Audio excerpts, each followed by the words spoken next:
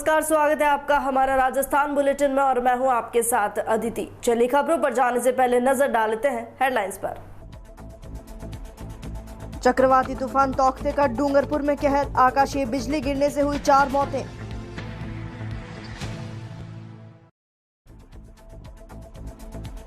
कांग्रेस नेता सुभाष जाखड़ का कोरोना से निधन, करीब 1 महीने से चल रहा था इलाज।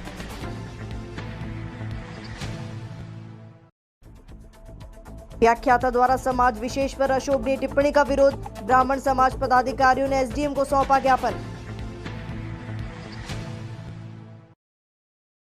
और अब खबरें विस्तार से।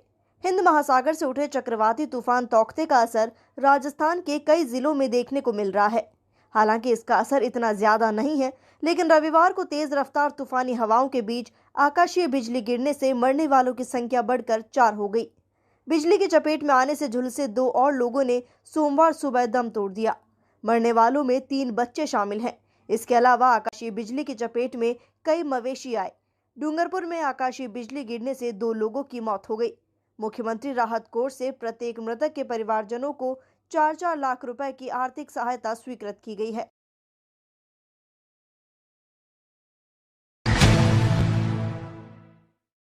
वहीं श्रीगंगानगर के रावला से बड़ी खबर सामने आ रही है, जहां कांग्रेस नेता सुभाष जाखड़ का कोरोना से निधन हो गया। रावला में पूर्व कांग्रेस ब्लॉक अध्यक्ष सुभाष जाखड़ थे, जिनका करीब 1 महीने से इलाज चल रहा था। उनके निवास स्थान चक 3KD सहित रावला क्षेत्र में शोक की लहर छाई है।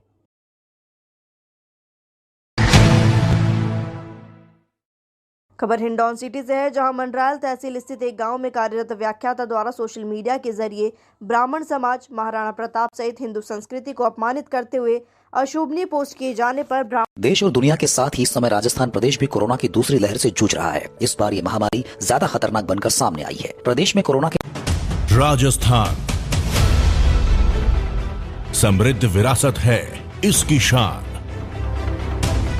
रंग बिरंगी पहचान।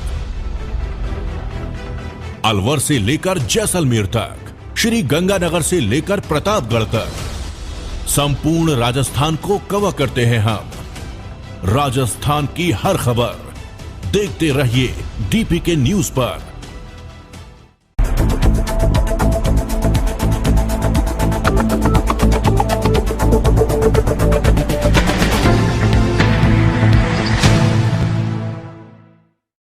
नमस्कार, स्वागत है आपका हमारा राजस्थान बुलेटिन में और मैं हूं आपके साथ अदिति। चलिए खबरों पर जाने से पहले नजर डालते हैं हेडलाइंस पर। राजस्थान में तौकते तूफान का कहर, कई जिलों में तेज हवाओं के साथ बारिश का दौर, रेड अलर्ट जारी।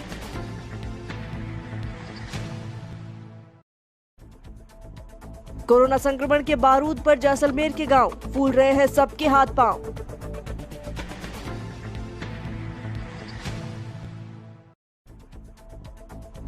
केंद्रीय मंत्री कैलाश चौधरी का पाटौदी दौरा, कोविड केयर सेंटर का निरीक्षण कर भेंट की ऑक्सीजन कंसंट्रेटर।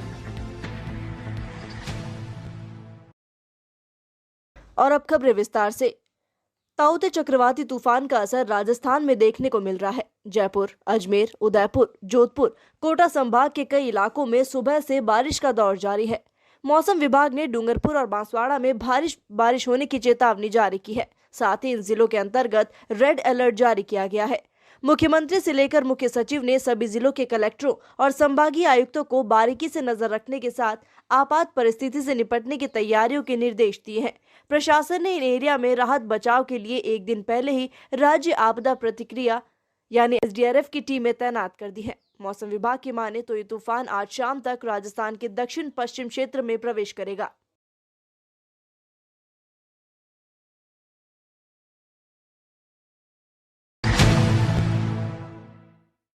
सीमांत जैसलमेर जिले में कोरोना महामारी पर अंकुश लगाने के सारे सरकारी प्रयास अब तक नाकाम साबित हो रहे हैं। जिले के नजदीकी और दूर दराज के गांव संक्रमण के नए हॉटस्पॉट बनकर उभरे हैं, जो पहली लहर में बहुत हद तक बचे हुए थे।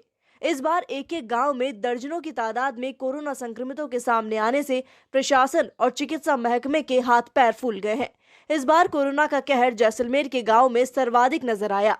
जनसंख्या के मुताबिक सबसे छोटा जिला होने के बावजूद यहां संक्रमण दर 35% से ज्यादा चल रही है। अगर समय रहते इस चेन को नहीं रोका गया तो जैसलमेर को भारी नुकसान हो सकता है। मौतों के मामले में भी जैसलमेर आगे है। यहाँ रिकॉर्ड में अब तक 50 मौतें नहीं है, लेकिन हकीकत में यह आंकड़ा 100 के करीब पहुंच चुका है, जबकि गत लहर में पूरे साल में ही 25 मौत हुई थी। अंदाजा लगाया जा सकता है कि कोरोना की दूसरी लहर कितनी घातक है। हालात यह है कि किसी गांव में 40 तो किसी में 100 तक पॉजिटिव हैं। ये वैश्विक महामारी ग्रामीण क्षेत्रों के तमाम समुदायों में फैलने लगा है। इसके चलते जिला मुख्यालय के जवाहर चिकित्सालय में नो बेड की स्थिति उत्पन्न हो गई है। गांव में बड़ी संख्या में लोग कोरोना के प्रमुख लक्षण बुखार और अन्य लक्षणों से ग्रस्त हो रहे हैं। उन तक प्रशासन की चिकित्सा व्यवस्था नहीं पहुंच पाई है। विभाग की ओर से पिछले दिनों की गई कार्रवाई में स्क्रीनिंग औपचारिक साबित हुई है। बहुत बड़ी ग्रामीण आबादी जागरूकता के अभाव में मास्क और सोशल डिस्टेंसिंग जैसे उपायों को अपनाने के प्रति अपेक्षित तौर पर सावचेत नहीं है। जैसलमेर जिले के सभी उपखंड क्षेत्रों में ग्रामीण इलाके कोरोना की चपेट में आते जा रहे हैं। इसमें जैसलमेर मुख्यालय के समीपस्थ अमरसागर, बड़ा बाग, किसनघाट से लेकर रामगढ़, नाचना, मोहनगढ़, खुहड़ी, हमीरा, बेरसियाला, भोपा, फलसूंड, स्वामी जी की ढाणी, चांदन, लाठी, बेरसियाला, कोठाड़ी, बांधेवा, भू और बड़ौदा गांव आदि दर्जनों गांव शामिल है। कई ग्रामीणों ने पिछले दिनों जिला अस्पताल और बाहरी जिलों में उपचार के दौरान दम तोड़ दिया। बताया जाता है कि गांव में सरकारी आंकड़ों से कई ज्यादा मौतें कोरोना संक्रमण की वजह से हो चुकी है।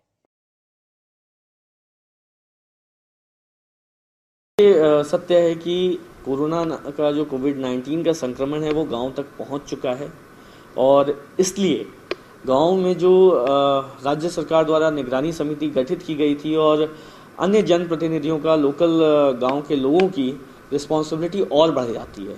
ये बहुत ज़रूरी है कि गांव-गांव में कोविड एप्रोप्रिएट बिहेवियर की पालना कराई जाए। साथ ही पिछले लगभग 10 दिन से हमारी ग्राम स्तरीय समिति के द्वारा डोर टू डोर सर्वे किया जा रहा है। इनफैक्ट सैटरडे और संडे को भी डोर टू डोर सर्वे किया गया और लगभग सभी घरों में जो ILI सिम्टम्स के पेशेंट्स हैं उनको मेडिकल किट उपलब्ध कराई गई। जो सैंपल्स की जहां पर रिक्वायर्ड थी वहां पर सैंपल लिया गया और यदि कोई कोरोना पॉजिटिव पेशेंट है तो उनको मेडिकल ट्रीटमेंट के प्रोटोकॉल का जो है उसका भी बोध कराया गया। तो ग्रामीण स्तर पर ये एफर्ट्स किए जा रहे हैं कि राज्य सरकार को कुछ विषयों पर अब इस समय चिंता करने की आवश्यकता है कि जहां ग्रामीण क्षेत्र के अंदर पेशेंटों की संख्या बढ़ती जा रही है और उसके लिए CSC सेंटर पर तुरंत प्रभाव से राज्य सरकार को व्यवस्था करनी चाहिए, पर्याप्त व्यवस्था, जहां पर ऑक्सीजन सिलेंडर से लेकर और वहां पर पर्याप्त मेडिकल स्टाफ और उसकी टेस्टिंग से लेकर सारी व्यवस्था है वो राज्य सरकार को करनी इस समय मैं सोचता हूं कि आवश्यकता है। तो मैं सोचता हूं कि राज्य सरकार को इस और संज्ञान लेना चाहिए और तुरंत प्रभाव से CSC सेंटर तक ये मेडिसिन जो निःशुल्क दी जा रही है उसको पहुंचाए ताकि गरीब व्यक्ति को पैसा देकर और कहीं से ब्याज पर उधार लाकर भी उसका इलाज कराने की नौबत नहीं आए। तो राज्य सरकार से और अशोक जी गहलोत से मेरा निवेदन है कि इस समय हमें इन सुविधाओं को करने की राजस्थान में आवश्यकता है कि जैसे ही आप लोग ये मत डरें कि आपको कोई सिम्टम जो आता है उसको छुपाने की जरूरत नहीं है। आप लोगों को चला करके उसकी जांच करानी चाहिए और घर में न रह करके जो डॉक्टर जो पास में आपका हॉस्पिटल है, सब सेंटर है, उससे आप संपर्क करें। क्योंकि जब लोग गंभीर हो जाते हैं, जब वो सांस की तकलीफ हो जाती है, उसके बाद वो लोग बाहर आते हैं, उससे बाद वो हालात बिगड़ जाते हैं। इससे अच्छा है कि आप लोग जैसे ही आपको कुछ तकलीफ हो रही है तो आप तुरंत मेडिसिन ले लें, डॉक्टर के पास चले जाएं। तो इससे क्या है कि आपके परिवार में जो खतरा है वो खतरा हट जाएगा और कहीं ना कहीं आपको डॉक्टर की सलाह से कहीं उसका फायदा मिलेगा। इसलिए मेरी सबसे अपील है कि आप लोग डॉक्टर की सलाह जरूर लें और इसलिए चिंता करने की जरूरत नहीं है। मुख्यमंत्री जी ने तमाम जो व्यवस्थाएं हैं और व्यवस्थाएं काफ़ी सुधरी भी हैं और जो मेडिसिन है उसकी कमी भी नहीं है। और हम चाहेंगे कि हर आदमी जो सरकार की गाइडलाइन है उस गाइडलाइन की पालना। खबर बाड़मेर से है, जहां केंद्रीय मंत्री कैलाश चौधरी ने पाटौदी का दौरा किया। केंद्रीय मंत्री ने राजकीय सामुदायिक स्वास्थ्य केंद्र पाटौदी में संचालित कोविड केयर सेंटर का निरीक्षण किया। साथ ही 2 ऑक्सीजन कंसंट्रेटर भेंट किए। केंद्रीय मंत्री ने कहा कि विभिन्न चिकित्सा संसाधनों की उपलब्धता सुनिश्चित होने से ग्रामीण क्षेत्रों में पर्याप्त चिकित्सा व्यवस्थाएं मिलना संभव हो पा रहा है।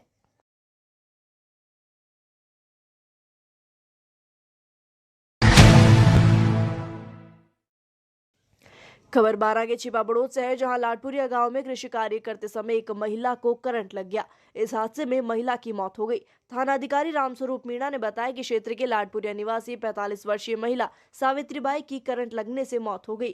खेत पर बने हुए कुएं से गांव में पानी की सप्लाई के लिए विद्युत तार की लाइन डली हुई थी, जिसमें करंट आ जाने से ये हादसा हुआ। तो वहीं महिला को बेहोशी की हालत में छिपा बड़ौद चिकित्सालय लाया गया, जहां डॉक्टरों ने मृत घोषित किया। तो वहीं शव का पोस्टमार्टम कर परिजनों को सुपुर्द किया गया।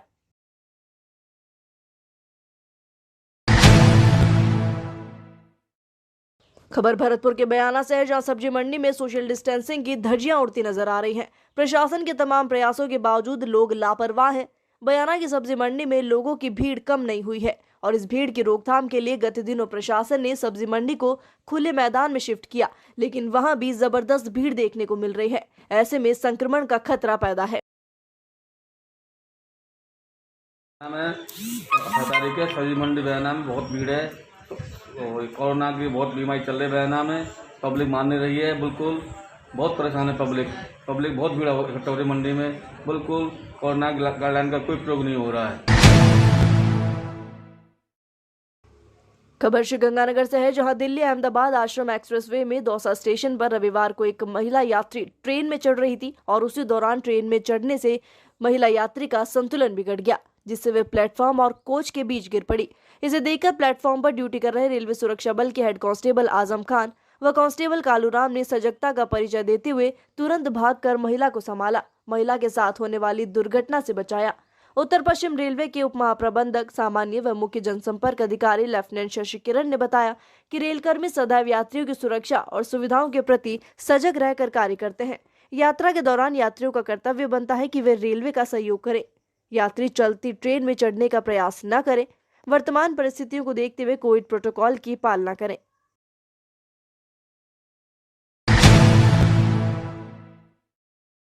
खबर पदमपुर से है, जहां सामुदायिक स्वास्थ्य केंद्र में भामाशाह शंकरलाल अजय गर्ग परिवार द्वारा नवनिर्मित आपातकालीन कक्ष का शुभारंभ किया गया। तो वहीं सुभाष कुमार ने भामाशाह गर्ग परिवार का सम्मान के साथ आभार व्यक्त करते हुए कहा कि अच्छी सोच का भाव रखकर ये कार्य किया गया है। सामाजिक कार्य समाज में बहुत महत्व रखते हैं। शंकरलाल गर्ग ने कहा कि एसडीएम की प्रेरणा से आपातकालीन कक्ष की स्थापना स्वर्गीय दूनी चंद गर्ग की स्मृति में करवाने से परिवार को सुकून मिला है। हमारे साथ जुड़ चुके उपखंड अधिकारी श्री सुभाष कुमार जी, बताएं स्वास्थ्य संबंधी सेवाओं को लेकर। कोरोना की संकट की इस घड़ी में सरकार अपने स्तर पर प्रयास कर रही है।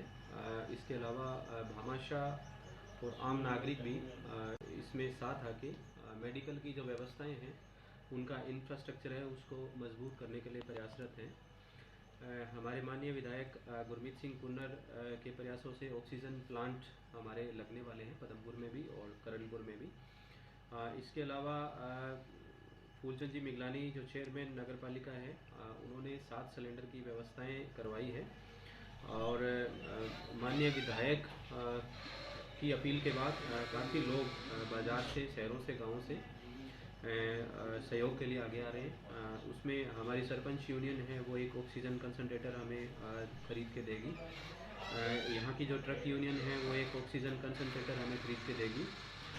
व्यापार मंडल है, उसने 1,11,000 रुपये हमारे मेडिकल ऑफिसर इनको सुपुर्द किया है।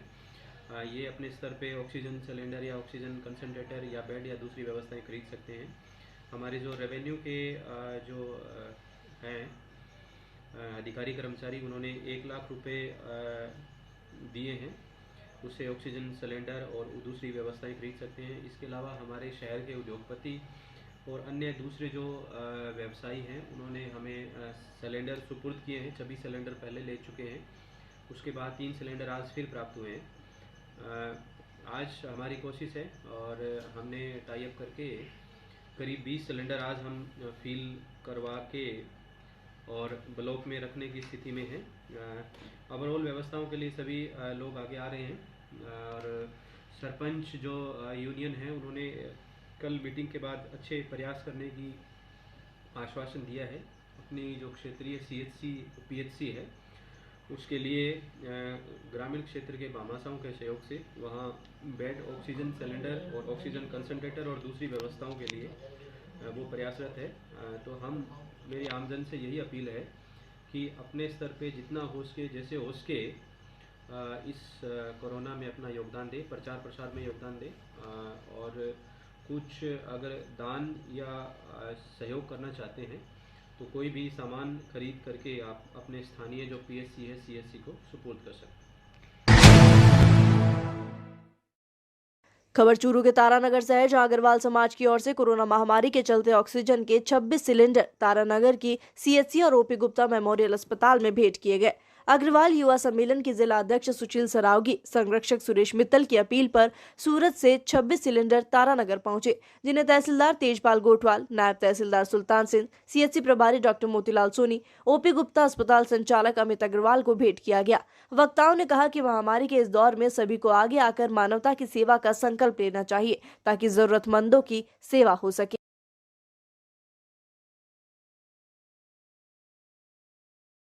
कोरोना महामारी के दूसरे लहर को बढ़ते हुए संक्रमण को देखते हुए अग्रवाल समाज के जो जो प्रवासी हैं उन्होंने सरकारी हॉस्पिटल को 10 ऑक्सीजन सिलेंडर प्रदान किए हैं। और ये जो है प्राप्ति आदि श्री सोनी जी दे रहे हैं और उनको बहुत बहुत धन्यवाद कि इसने तारानगर की जनता के लिए जो सहयोग प्रदान किया है उनके लिए वो बधाई के पात्र हैं। और मैं उनसे आशा करता हूं कि आगे भी इस प्रकार के सहयोग वो करते रहें ताकि इस महामारी में हम सुरक्षित रह सकें। धन्यवाद। पेंडेमिक के बहुत बुरे के अंदर आज सूरत के प्रवासी श्री गोविंद राम जी, संजय कुमार जी सरावगी की तरफ से हमारे CHC परिवार को तारानगर की जनता के सेवा के लिए D टाइप के जो सिलेंडर हैं, जो कि बहुत ही इस समय में बहुत ही दुर्लभ चीज़ हो रखी थी हमारे लिए, वो आज इन्होंने अस्पताल में 10 सिलेंडर भेंट किए हैं रेगुलेटर के साथ में। इसके लिए समस्त सरावगी परिवार और यहाँ के जो लोकल कार्यकर्ता हैं उनका सबका मैं हार्दिक सम्मान करता हूँ, अभिनंदन करता हूँ और धन्यवाद ज्ञापित करता हूँ कि आपने इस बहुत ही पेंडेमिक के इस बुरे दौर में हम लोगों का सपोर्ट और सहयोग किया और हम लोगों का मनोबल बढ़ाया, हम लोगों को सुविधाएं दी, उसके लिए सबका धन्यवाद सर। Thank you. हमारे अग्रवाल युवा सम्मेलन के संरक्षक सुरेश जी मित्तल और मैं एक जिला अध्यक्ष होने के नाते हमने हमारे अग्रवाल समाज सूरत को एक छोटा सा निवेदन किया पत्र के माध्यम से। इस कोविड महामारी के दौरान जो ऑक्सीजन सिलेंडर की किल्लत थी, हमारे निवेदन को उन्होंने गंभीरता से लिया और वहाँ हमारे जो तारानगर के प्रवासी बंधु हैं, सुभाष जी मित्तल, गोविंद राम जी सरावगी, तोलाराम जी मित्तल, तारानगर नागरिक परिषद, उन सब ने इसको संज्ञान में लेके हमें तुरंत प्रभाव से 26 सिलेंडर वहाँ से भेजे। आज हमने वो सिलेंडर यहाँ 10 सिलेंडर दिए हैं राजकीय चिकित्सालय तारानगर में और बाकी सिलेंडर यहाँ निजी चिकित्सालय में भी देंगे और हमारे ट्रस्ट के पास भी रहेंगे। सब हमारे जो भी भामाशाह हैं तारानगर के सूरत में रहने वाले, उनको हमारे और हमारी पूरी टीम की तरफ से, पूरे समाज की तरफ से बहुत बहुत धन्यवाद। और इसी के साथ फिलहाल हमारा राजस्थान बुलेटिन में इतना ही। देश और दुनिया की तमाम खबरों के लिए बने रहिए DPK न्यूज के साथ। नमस्कार।